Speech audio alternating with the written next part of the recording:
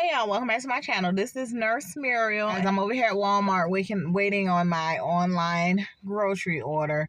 And I was looking at a video earlier today on the High Value Nurse, CJ Kyle's, his channel.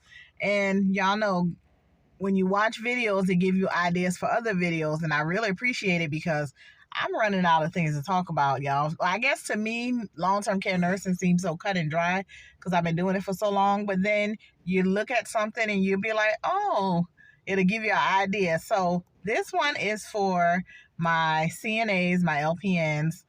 This video is specifically geared towards you if you are in school to become an LPN. If you've already graduated, you're LPN, you're looking to change careers. This video is just to talk about being an LPN in the hospital. So y'all know I started my career. I was an LPN, and I initially went to the hospital setting, and I worked it for about a year. And I didn't mind. Now, mind you, back then, people weren't as sick back then as they are now. And then the level of acuity at the hospital I work, I think that was a level 2 hospital. It wasn't a trauma center. And so the patients weren't as sick. They had like your basic illnesses. And med-surg was really med-surg back then. Like med-surg was really med-surg. And med-surg is now ICUing, PCUing, psyching and all that. But med-surg was med-surg back then. And so it wasn't hard work at all, y'all. I was 22. It wasn't hard. My issue with being an LPN in the hospital was having to ask the RNs to do things for me, specifically IV pushes, initiating blood transfusions, and what other things I couldn't do. I think that was it.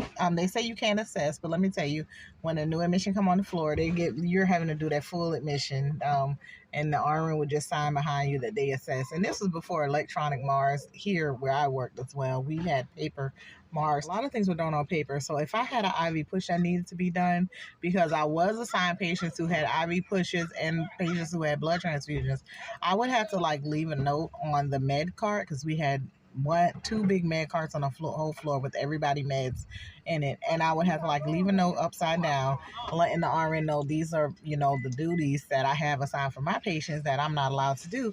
And so whoever the RN charge was that day.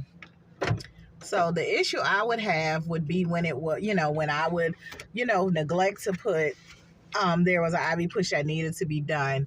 The nurses would get these little attitudes, and I was young, and if I would leave something off that needed to be done that the RN could do. And so I made the decision then that I'm not going to be an LPN in a hospital, because I didn't want to have to ask anybody to do anything for me, for my patients. And so I went to long-term care, and I did long-term care ever since, until I did another stint in acute care with my RN. Now, that's just my story with being an LPN. But in today's economy, economically, I would not advise the LPN to go into a hospital setting unless that hospital just has awesome benefits that you cannot pass up, and if you're going to further for your RN.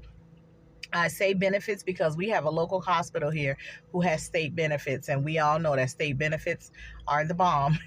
They are bomb. I'm thinking about taking a state job myself just for the benefits. So LPNs are privy to the same benefits as RNs. So if you're an LPN and you're looking for a job and that job has the bomb benefits and you have a family, yes, go ahead and, do that if that's what you need to do, if you can afford to do so economically. If top dollar is what you're looking for in your LPN career, the hospital is not where you're going to get it. I'm sorry.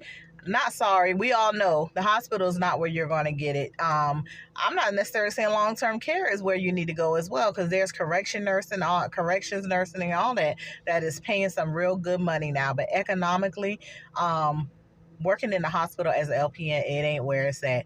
Now, if you're an LPN and you want to go back for your RN, but you're not going right now, I would say wait until you're about to go for your RN and then go get that job. Because as an LPN in the hospital, if the nurses, the RNs know you're in school, they'll work with you and show you some little things that, how to go ahead and, help you prepare to become an RN, because you're going to be doing everything that the RN does except IV pushes. Except IV pushes and except initiating blood transfusions. I really don't think there's anything else. And assessing, but you're going to be assessing, trust me. And RNs ain't about to come in there and assess your patient. Once they get to know you, they're going to trust that you know what you're talking about when you assess that patient. That's all I'm saying.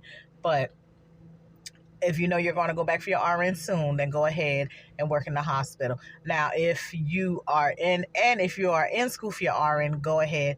If you know the hospital setting is what you want. And that'll give you a feel too, because you'll be working there already as an LPN, and you'll know, is this something I want to stay doing?